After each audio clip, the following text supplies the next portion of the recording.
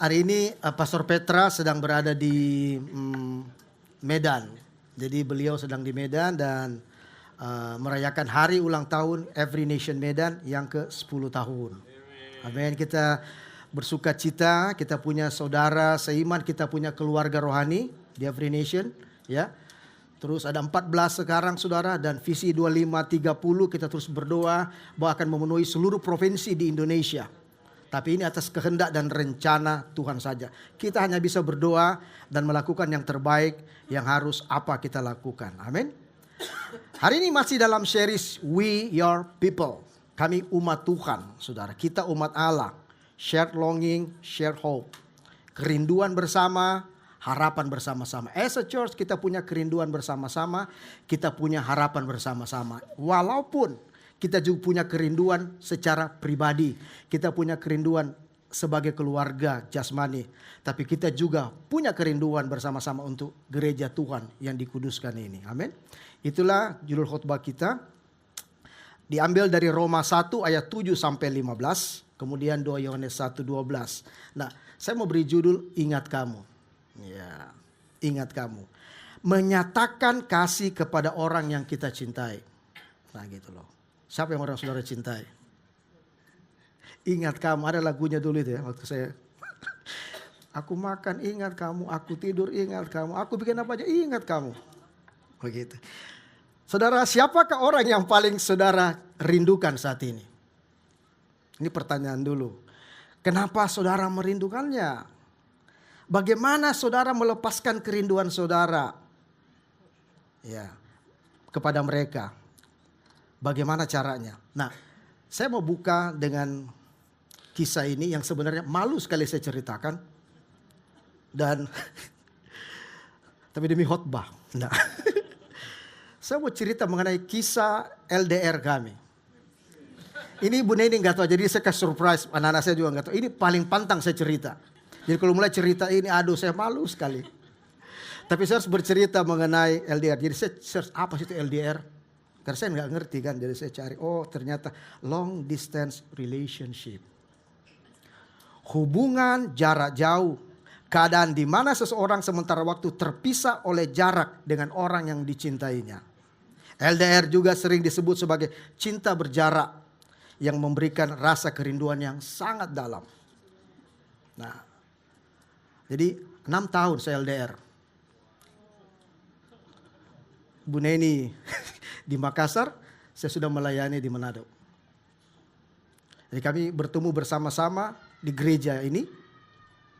Sama-sama melayani, dia melayani sebagai pemain tamburin. Saya pemimpin puji-pujian yang kenapa? Karena tidak ada pemimpin pujian yang lain. Saya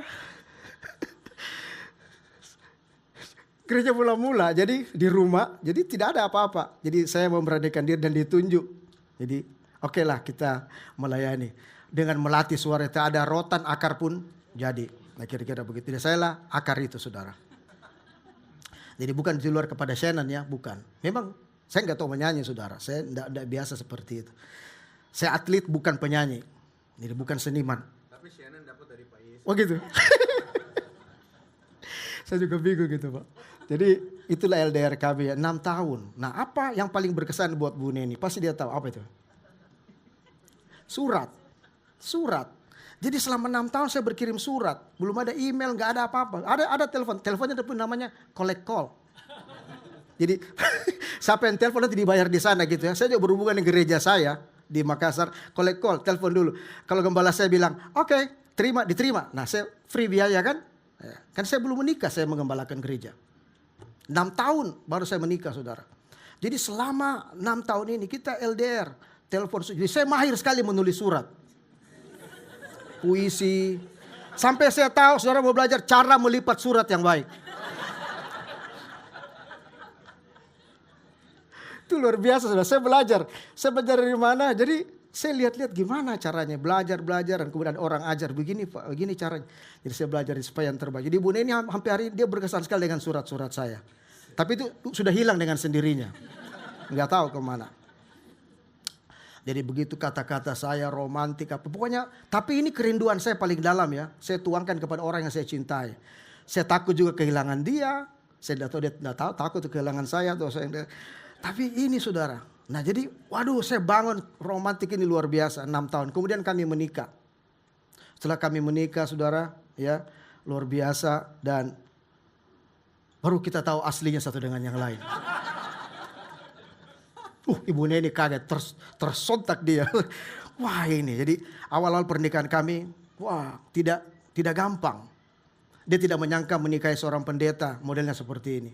Waduh saudara, saya banyak menyakitkan istri saya. Mungkin saya banyak melukai dia. Temperamen yang kontroversi yang sangat berbeda. Orangnya plekmatis yang sungguh-sungguh mau damai. Sementara saya orang yang tidak seperti itu. Bukan sanguin. Dia sebenarnya kalau saya, karena anak-anak saya strict seperti itu. Tapi istri saya, dia kaget saudara. Cukup lama seperti ini. Kita harus perlu penasehat. Kita perlu orang-orang yang lebih tua dari kita. Saya perlu gembala-gembala yang lain untuk menasihati pernikahan saya. Kita perlu belajar, mengikuti seminar-seminar keluarga. Kita belajar bagaimana membangun satu keluarga jasmani ini. Saya belajar itu. Saya sangat belajar itu. Dan kami terapkan. Pertama gak enak.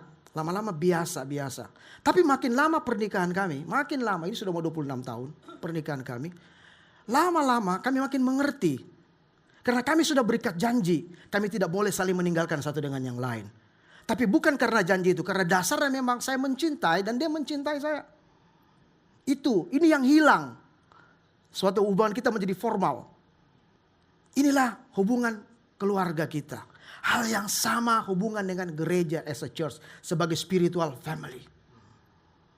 Saudara punya kenangan, saudara punya hal yang kalau saya di gereja nanti begini. Saya rindu nanti datang di gereja lagi, hari Minggu saya rindu. Lama-lama saudara bergaul dengan gereja ini. Saudara kenal banyak orang gereja ini. Saudara makin dekat, saudara makin lihat hal-hal yang gak baik.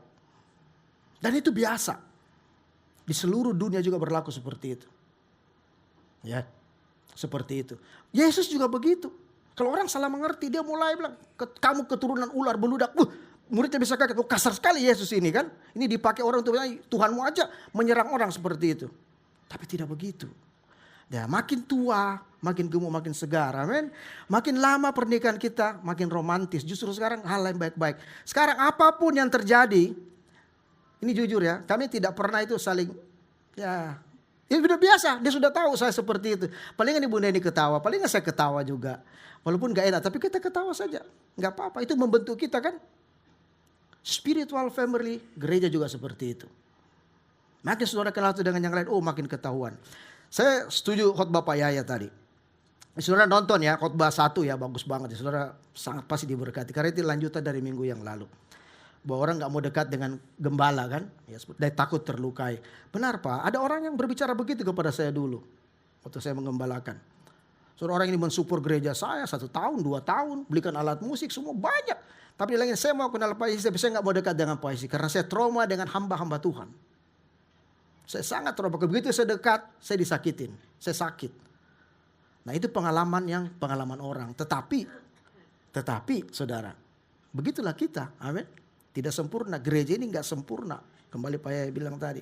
Tapi dengan saudara masuk di sini kita saling mengikat satu dengan yang saling memperlengkapi supaya menjadi apa? Sempurna. Itu LDR kami. Kira-kira gitu Bu Neni ya.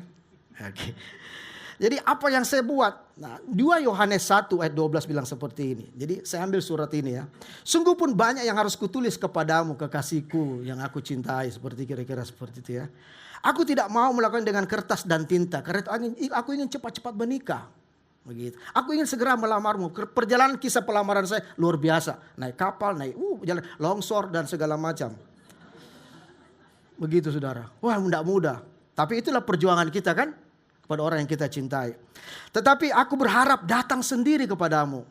Dan berbicara berhadapan muka dengan kamu. Supaya apa? Sempurna sukacitaku. Belum ada Zoom. Baru surat. Tapi kita bertemu sempurna. Nah gitu. Saling ketawa sampai hari ini. Ya bukan berarti gak ada pertentangan. Roma 1 ayat 19 sampai ayat 1, Roma 1 ayat 9 sampai 12. Saya ingin bagi firman Tuhan ini. Jadi tadi judulnya apa saudara? Ingat kamu. Ya, Roma 1 ayat 9 sampai 12. Karena Allah yang kulayani dengan segenap hatiku dalam pemberintahan Injil anaknya adalah saksiku bahwa dalam doaku aku selalu mengingat kamu. Aku berdoa semoga dengan kehendak Allah aku akhirnya beroleh kesempatan untuk mengunjungi kamu. Sebab aku ingin melihat kamu untuk memberikan karunia rohani kepadamu guna menguatkan kamu. Yaitu supaya aku ada di antara kamu dan turut terhibur oleh iman kita bersama. Baik oleh imanmu maupun oleh imanku. Seperti itu saudara. Nah, background daripada Paulus seperti dia menulis surat ini ke Roma, di Korintus. Dia belum pernah ke Roma. Jadi siapa yang merintis gereja di Roma kira-kira itu waktu hari Pentakosta banyak orang-orang kudus, orang-orang datang dari negara-negara lain antaranya Roma. Dan mereka kembali, mereka membangun gereja di Roma. Tapi punya fondasi dasar yang sama pada waktu mereka di Yerusalem. Saudara, Paulus datang menguatkan, Paulus rindu. Karena saudara, jemaat Roma kabarnya tersiar imannya bahwa imannya luar biasa jemaat ini. Imannya luar biasa. Mereka dipanggil, mereka dikasih Allah, mereka tahu mereka orang pilihan Allah. Roma 1 ayat 7 saya kasih kepada saudara. Mereka tahu mereka dipanggil oleh Allah, mereka dikasihi oleh Allah. Dan mereka dijadikan orang kudus oleh Allah. Siapa yang menjadikan mereka orang kudus? Allah. Kita gak bisa klaim diri kita. Jemaat itu tahu bahwa mereka tidak klaim bahwa saya orang kudus. Tapi siapa yang kasih gelar saudara orang kudus? Tuhan. Jadi saudara dan saya yang terpanggil dalam rencana Tuhan. Saudara adalah orang kudus. Dan karena mereka mengerti ini, mereka menjaga hidup mereka. Mereka belajar bagaimana orang kudus itu harus hidup. Belajar harus tertib. Belajar as a church sebagai anggota gereja. Sebagai jemaat di Roma. Mereka belajar itu bukan tidak ada konflik. Sehingga oleh iman mereka ini tersebar di seluruh dunia. Bukan karena mereka tidak punya persoalan. Tapi mereka hidup rukun, mereka baik. Dan mereka saling menjaga, saling menguatkan satu dengan yang lain. Dan inilah hati Paulus untuk berkunjung, untuk datang ke Roma. Saudara, ya. Baru ayat 9 dikatakan tadi. Yang pertama saya mau bilang, kerinduan bertatap muka. Paulus rindu bertatap muka. Karena Paulus juga merasa dalam jemaat di Roma, dia berhutang kepada orang-orang yang dia layani. Orang Yahudi maupun orang Yunani. Ya Paulus ini, Saulus namanya dulu, penganiaya jemaat. Ya. Dan sekarang dia memilih untuk memilih orang-orang yang bukan Yahudi. Kalau Petrus memilih orang-orang Yahudi untuk dilayani. Kalau Paulus orang-orang yang bukan Yahudi dia layani. Karena dia seorang Farisi. Dia taat beragama. Disunat saudara pada usia yang sangat muda. Umur 8. Saudara, apa yang dia lakukan? Dia mau sungguh-sungguh melihat kebaikan Tuhan disebarkan ke bangsa-bangsa. Kepada orang-orang yang bukan Yahudi. Paulus punya kerinduan ini untuk bertatap muka. Dia mau bayar harga buat itu. Karena Allah yang kulayani dengan segenap hatiku. Dalam pemberitaan Injil anaknya adalah saksiku. Bahwa dalam doaku tadi aku selalu mengingat kamu. Aku berdoa, dia mengatakan, semoga dengan kehendak Allah aku akhirnya beroleh kesempatan untuk mengunjungi kamu. Jadi ada kerinduan Rasul Paulus. Saudara, dia bukan hanya mendengar berita ini baik, tapi dia ingin berbagi dengan jemaat di sana. Dia berdoa, apa yang dia lakukan? Dia berdoa. Saudara, kalau sekarang kita nggak bisa bermisi, yang diperlukan dalam misi adalah pertama doa. Pray. Saudara boleh berdoa. Walaupun saudara tidak hadir dalam misi, saudara boleh berdoa. Karena tantangan di misi itu luar biasa. Ya, tidak mudah. Tidak gampang. Kita perlu berdoa. Saudara tahu gereja lahir karena apa? Doa. Gereja lahir pada hari Pentakosta karena jemaat itu berdoa. Kemudian Tuhan mencurahkan rohnya. Pada saat itu gereja di-establish. Menjadi gereja. Karena orang-orang berdoa di loteng atas. Terjadilah perintisan di sana. Jadi bukan kehendak manusia. Bukan hanya maunya manusia. Tidak cukup hanya kerinduan. Tapi karena ini perkara rohani. Ini perkara kerajaan Allah. Kita perlu memulainya dengan spiritual. Kita perlu memulainya dengan doa. Itulah yang kita buat di Every Nation. Kita percaya 2530 akan memenuhi seluruh Indonesia. Karena itu kita terus berdoa untuk 2530 vision ini. Inisiatif 2530. Saya di misi dulu cukup lama. Ya, saya mengerti persis bagaimana merintis gereja. Bagaimana membangun jemaat. Puluhan tahun sudah saya di sana hidup saya. Tidak mudah, perlu banyak penasehat. Perlu tim yang kuat, perlu force, perlu skill yang luar biasa. Tapi pertama hadirkan Tuhan, lahir dari doa. Itu benih yang pertama, gereja mula-mula. Paulus tahu gereja ini. Makanya Paulus datang. Walaupun bukan dia merintis, tapi dia sangat semangat. Dia begitu exciting dengan jemaat di Roma. Imannya luar biasa. Dan dia pun terbangun mendengar itu. Walaupun bukan dia yang merintis. Itulah saudara. Nah, maka dia melakukan perjalanan apostolik. Ya, apostolic mission. Apostolic mission di mana dia berjalan dari gereja-gereja lokal yang lain. Dia datang untuk menguatkan gereja-gereja ini. Termasuk ingin mengunjungi Roma. Tapi sayangnya tidak kesampaian. Dia seperti itu. Kesampaian tapi akhirnya juga banyak konon dalam tafsiran yang lain. Paulus sampai ke Roma. Tapi kemudian sampainya di penjara. Dan mati martir dipenggal di Roma. Tapi gak apa-apa. Dia punya kerinduan. Itu pertama berdoa. Saudara bisa berdoa. Go. Saudara bisa pergi. Saudara bisa give. Memberi. 3 poin. Saudara berdoa, pray. Saudara pergi sebagai orang yang diutus. Saudara memberi di rumah Tuhan. Ya, itu saudara. Paulus berdoa. Itu kerinduan dia yang terjadi.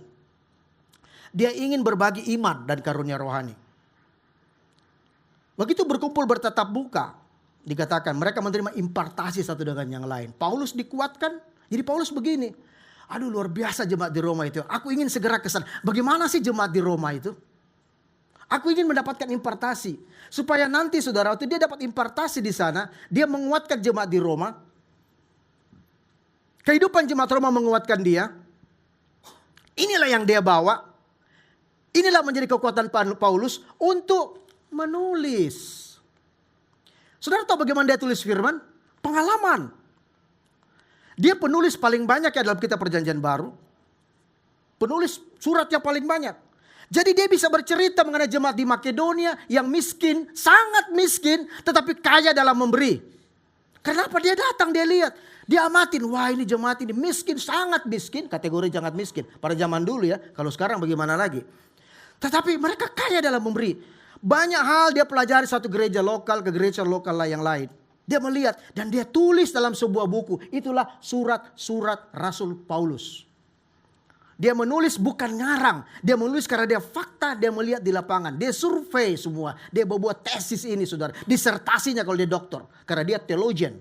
Dia ahli teologi yang luar biasa.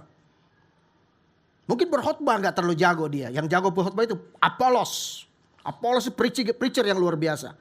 Tapi buku teologi yang dibuat oleh Paulus punya teologi yang luar biasa. Bukunya ini Roma padat teologi.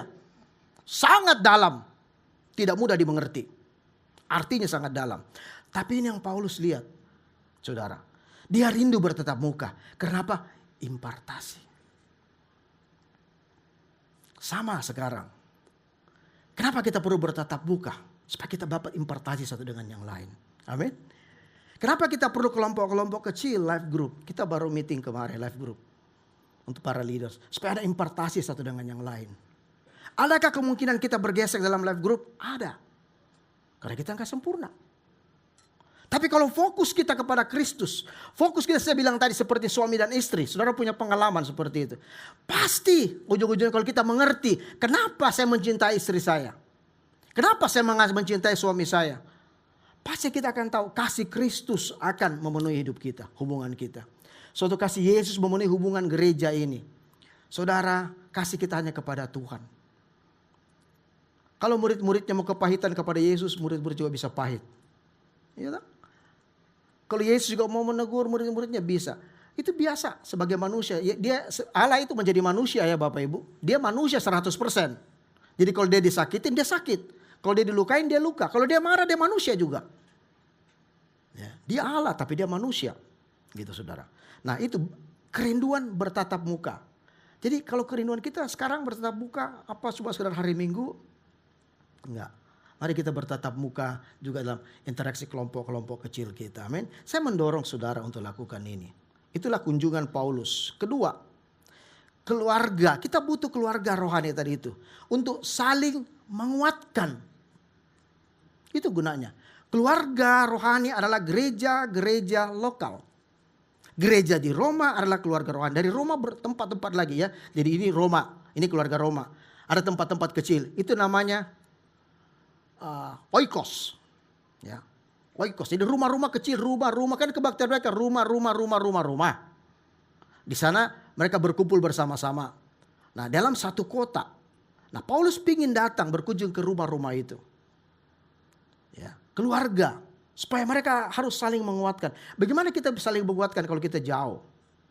Amin. Bagus Pak Yaya bilang tadi pagi. Kalau cuma hanya di Zoom seperti ini. Jauh. Ya itu saudara diberkati dengan firman. Ya kan? Tapi waktu kita berinteraksi. Itu hal yang baik. Kita dikuatkan. Mudah. Kita lemah. Kita dikuatkan. Kita didoakan. Berdoalah buat orang-orang. Seringlah suka berdoa kepada teman-teman kita. Saudara kita bisa lakukan semuanya itu. Amin. Kalau saudara ketemu satu dengan yang lain sebelum pulang kalau ada waktu, doain temanmu. Doain satu dengan yang lain. Kita harus saling berdoa. Saudara kita yang lain bilang gini, sebelum kamu didoakan.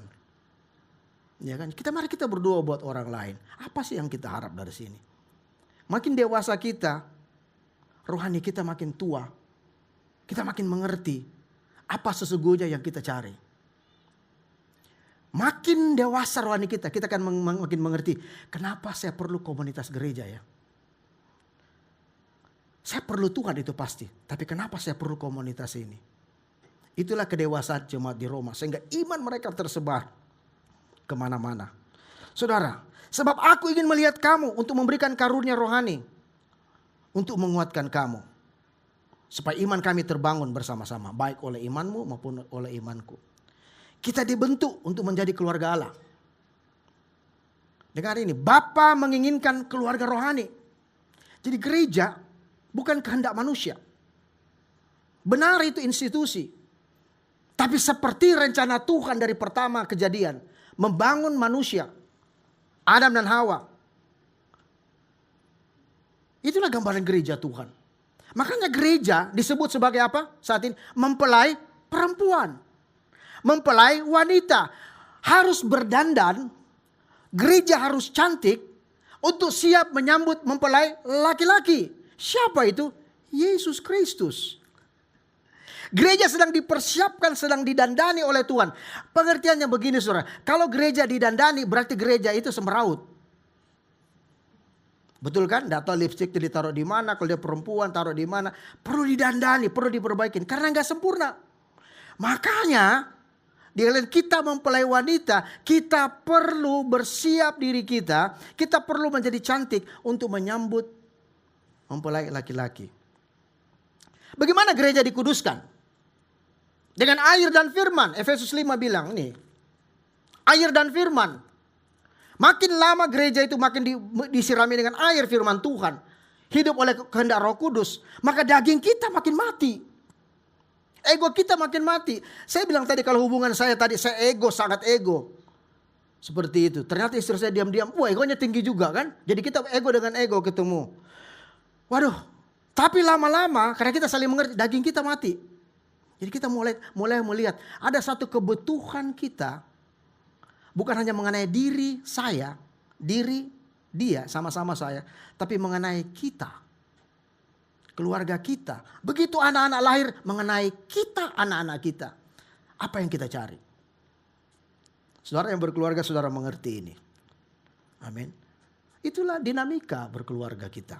Saudara saling menguatkan. Kita dibentuk menjadi keluarga Allah. Tuhan mau ada satu keluarga rohani. Dia menciptakan kita untuk masuk dalam bagian ini. Ditambahkan menjadi batu-batu hidup. Khotbah yang lalu. Tuhan yang menempatkan kita. Tuhan yang menempatkan mata di sini. Tuhan yang menempatkan hidung di sini. Mulut di sini.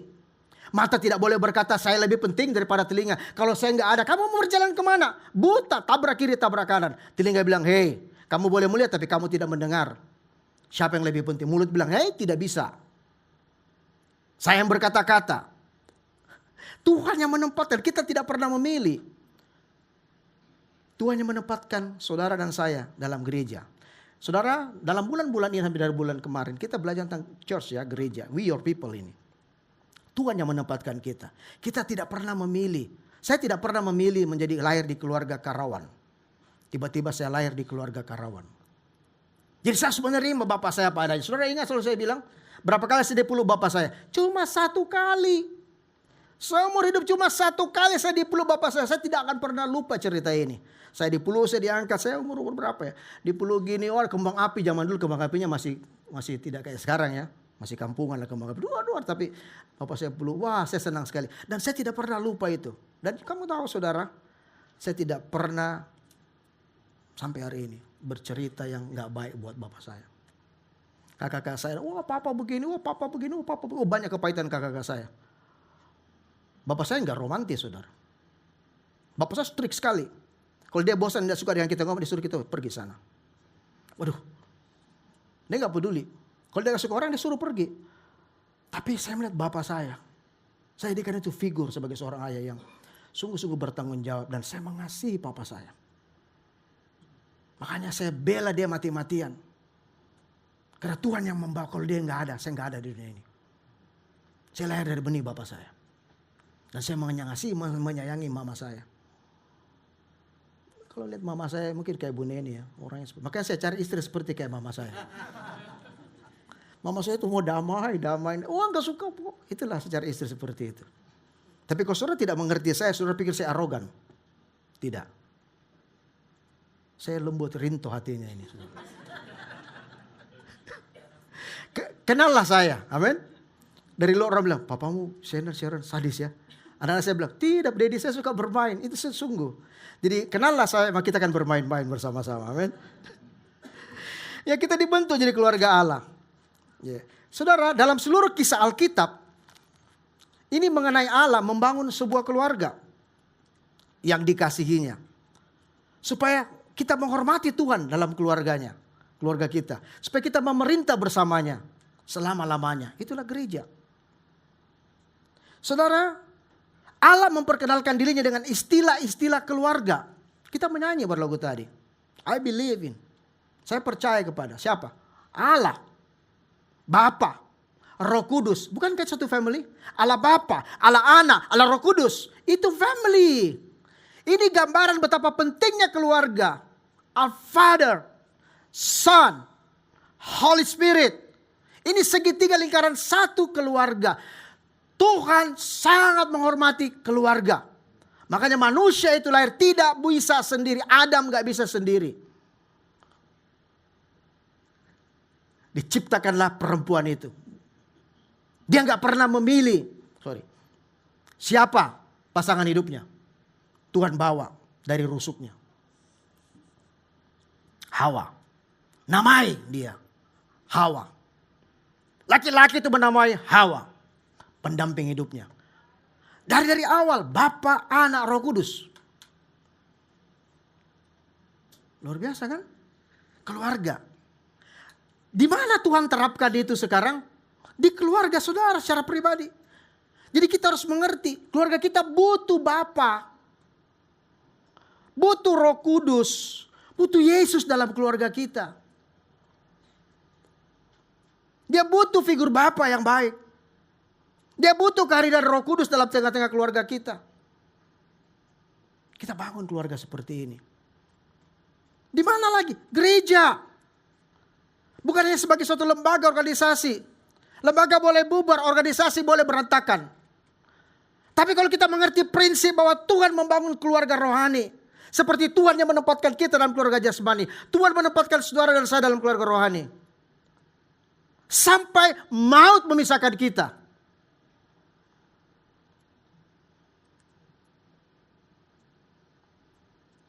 Jadi saya mau bilang sama saudara. Gereja Tuhan itu serius. Dan saya bersyukur. Saya pribadi ya, bersyukur dengan istri saya. Kami bertumbuh bersama-sama.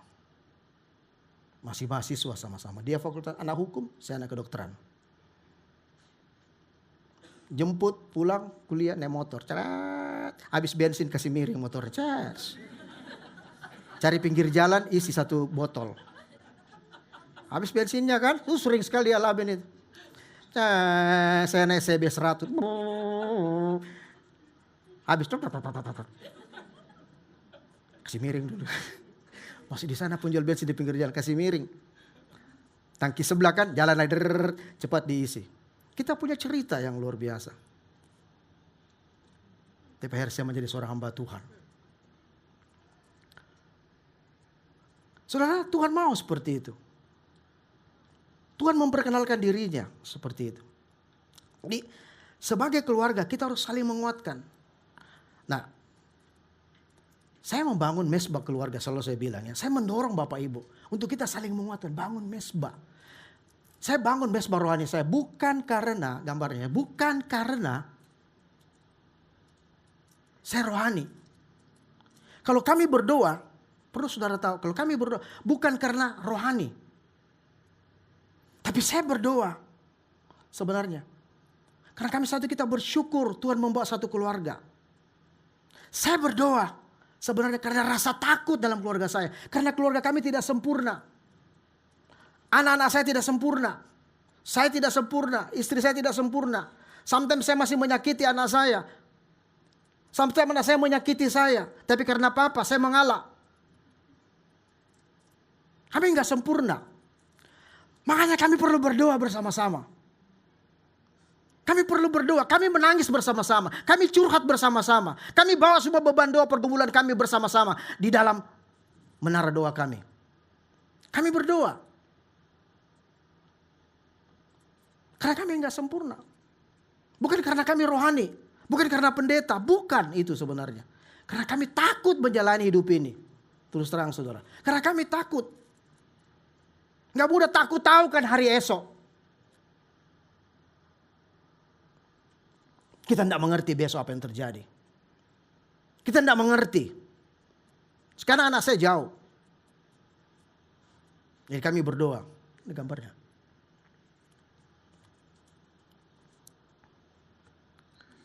Kami berdoa. Sekarang sudah ada, bukan lagi surat, Zoom. Apa namanya itu? Video call.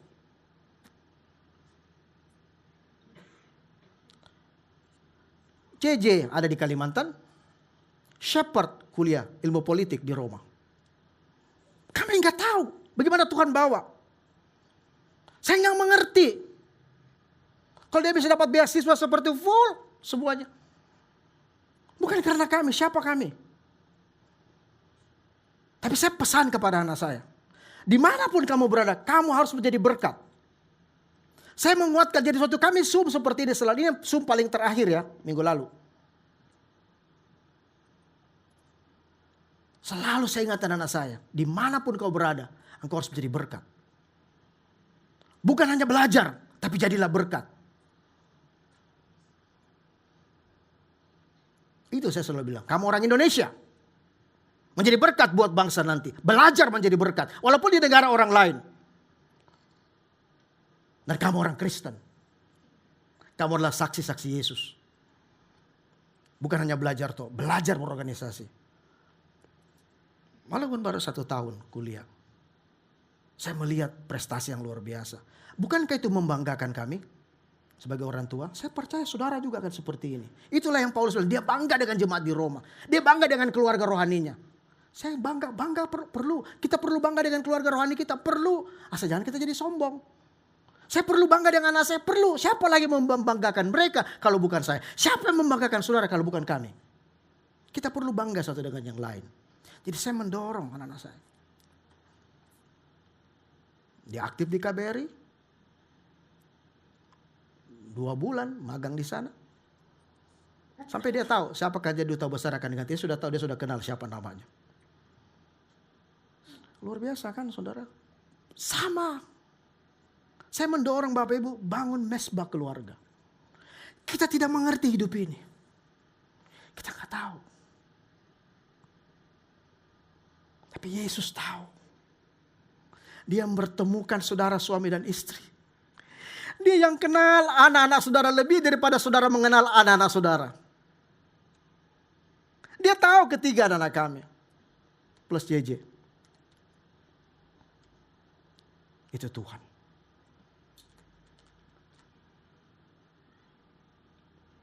Yang ketiga, berdoa, bersyafaat untuk orang yang kita kasihi. Perlu kita berdoa, perlu bersyafaat untuk mereka. Pertanyaan, siapa yang saudara kasih saat ini? Saudara, kehidupan di bumi adalah suatu penugasan sementara. Kita hanya sementara dalam dunia ini. Mari kita manfaatkan kehidupan kita secara maksimal. Ada dua kebenaran yang kita nggak boleh lupa. Pertama, bila dibandingkan dengan kekekalan, kehidupan ini amatlah singkat. Betul. Sorry, sudah masuk tahun baru kan? Sudah mau tahun baru ini. Masuk lagi, saya nggak tahu. Tahun cepat sekali berputar itu waktu. Tapi ada satu kehidupan yang menanti kita, yang eternal, yang kekal. Eternal tidak punya waktu. Karena Allah ada di sana, Allah yang eternal. Dia ada sampai selama-lamanya. Sampai segala tidak ada, dia tetap ada. Dan kita akan ada bersama-sama dengan dia dalam kerajaannya. Jadi di dunia ini kita hanya pendatang dan kita hanya orang asing. Tapi Allah perlu membentuk saudara dan saya dalam satu keluarga jasmani kita. Dan inilah hadiah kita bawa kepada Tuhan. Anak istri kita. So kita akan menghadap Bapa di surga. Kita bawa persembahan apa? Keluarga kita, anak-anak kita kepada Tuhan. Lord, ini yang kau percayakan kepada saya. Ini mereka saya bawa sebagai seorang imam di dunia ini. Saya membawa anak istri. Tuhan sedang persiapkan saudara dalam satu keluarga. Dan Tuhan sedang mempersiapkan satu umat. Yaitu gereja. Gereja, umat perjanjian. Kalau dalam bangsa Israel, bangsa pilihan. Sekarang umat perjanjian, gereja yang akan dibawa oleh Tuhan. Dan Tuhan akan datang buat itu dalam kekekalan. Tuhan sedang melatih kita lewat gerejanya. Dia sedang melatih saudara. Dia sedang mempertajam saudara. Hidup saudara, karakter kita, emosi kita, kedagingan kita. Kita perlu orang lain. Inilah persembahan yang kudus. Untuk dia datang kepada mempelai perempuannya. Dia melihat itu didandani dengan luar biasa. Yang tidak sempurna menjadi sempurna karena kesatuan. Karena unity. Kalau mata berjalan sendiri, telinga berjalan sendiri, seperti apa kira-kira? Tapi waktu dia dipasang dengan baik pada tempatnya telinga dan mata. Kemudian didandani dengan baik sebagai seorang mempelai wanita. Maka dia akan cantik dan siap menantikan mempelai laki-laki. Datanglah Tuhan. Dan dia siap punya minyak. Bukan seperti 5 wanita yang bodoh. Tapi dia menjadi 5 wanita yang bijaksana. Yang mempersiapkan minyaknya. Untuk menjadi bijaksana. Minyak adalah kehadiran Roh Kudus dalam kehidupan kita. Biar gerejanya selalu dipenuhi dengan Roh Kudus. Suatu gereja memerintah. Roh Kudus memerintah dalam gerejanya. Yang namanya daging. Yang namanya ambisi. Yang bukan dari Tuhan. Terkikis pelan-pelan. Sehingga kita menyadari, Tuhan, siapakah aku ini? Makin tua rohani saya, makin dewasa umur saya makin mengerti apakah yang Yesus cari. Tidak ada. Hidup saya hanya buat Tuhan.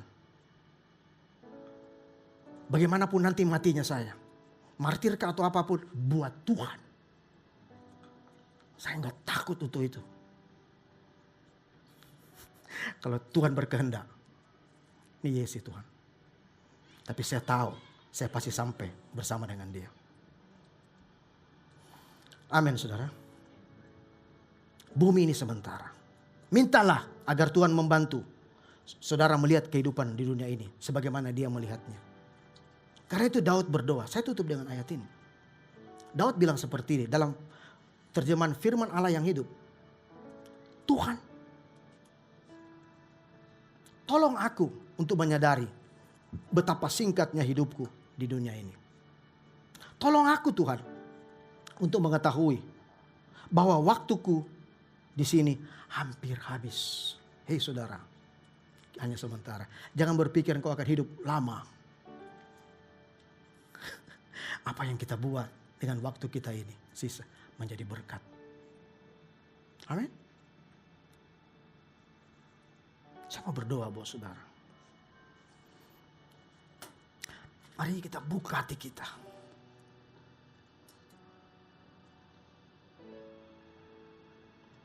Tuhan, kami berdoa supaya kami punya kesempatan bertemu dengan orang-orang dalam minggu ini. Dan kami punya kesempatan untuk melayani mereka. Aku berdoa untuk setiap keluarga. Mereka akan saling melayani satu dengan yang lain.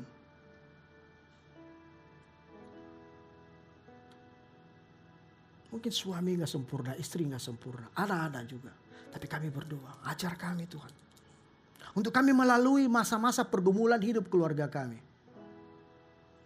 Masa-masa kesesakan keluarga kami. Aku berdoa Tuhan. Kami boleh melalui itu. Walaupun tidak mudah. Banyak hal. Tidak mudah Tuhan. Sakit penyakit yang keluarga kami lalui, alamin. Aku berdoa Tuhan. Biar kami saling menguatkan satu dengan yang lain. Demikian pun keluarga rohani ini. Aku berdoa dalam nama Yesus. Biar kami mengerti rencana Tuhan buat gereja. Tuhan punya rencana yang besar buat gerejamu ini. Aku berdoa membawa Every Nation Kuningan Jakarta kepada Engkau Bapa. Tuhan, Engkau yang memulai. Engkau yang bekerja sampai akhirnya Engkau datang menjemput kami gerejamu. Engkau sudah merestorasi kami Tuhan. Bapakku berdoa saat ini. Tolong kami dalam kelemahan-kelemahan kami. Pakai kami dalam ketidaksempurnaan kami. Setiap kami di sini dalam pergumulan masing-masing, Tuhan tolong kami. Tuhan berkati kami. Terima kasih Bapa. Kemuliaan hanya bagimu. We give you all the glory. Kami tidak mencuri kemuliaan Tuhan. As a church, sebagai gereja Tuhan, kami tidak mau mencuri kemuliaan. Kemuliaan Tuhan hanya bagi Tuhan. Bukan manusia. Kemuliaan Allah bagi kerajaannya. Supaya kerajaannya diperlebar. Supaya orang mendengar tentang iman kami. Dan memuliakan Bapa di surga. Terima kasih Bapa. Ini doa kami. Di dalam nama Tuhan Yesus. Hamba berdoa.